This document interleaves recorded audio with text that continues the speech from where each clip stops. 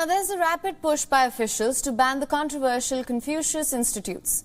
Earlier, new UK Prime Minister Rishi Sunak pledged the same in his election campaign in summer.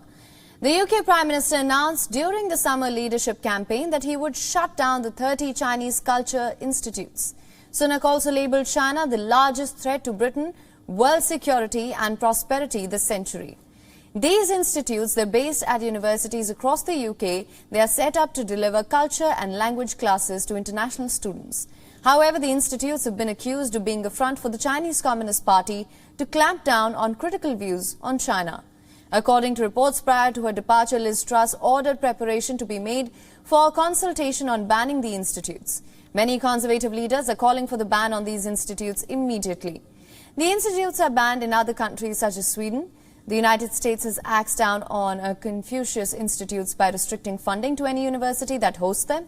Some UK MPs have also suggested that the government can work with other Mandarin-speaking countries to develop new language and cultural programs. One such country is Taiwan.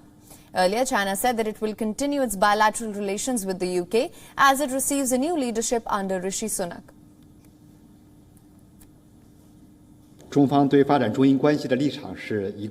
hope that, together with the UK and on the basis of mutual respect and benefit, we can move China-UK relations to advance on the right path. Now, for more on this, our correspondent Alex Azat has sent us this report from London. Let's listen in. Now, according to China, its Confucius institutes like this one behind me is a bridge reinforcing friendship between it and the world. But critics have cited concerns it could serve as a vehicle for industry and military espionage, as well as surveillance for Chinese students studying abroad. Now, a few years ago, universities around the world shut their programs operated by the institutes, and now Britain is set to do the same. Before becoming Prime Minister, Rishi Sunak said that Britain's institutes would be closed under his government's new China policies. And we understand that plans are currently being drawn up to implement them. His policies also include stopping Chinese cyber threats and espionage, and by giving MI5 extra authority, and to stop purchases of key British assets, including advanced tech firms. Now, these institutes are open to the general public, and they promote Chinese language, but also run classes in culture, from calligraphy and cooking to Tai Chi. They sponsor educational exchanges and hold public events and lectures. A report published in June by the China Research Group found that the 30 institutes in Britain represent the largest number now operating in any one country.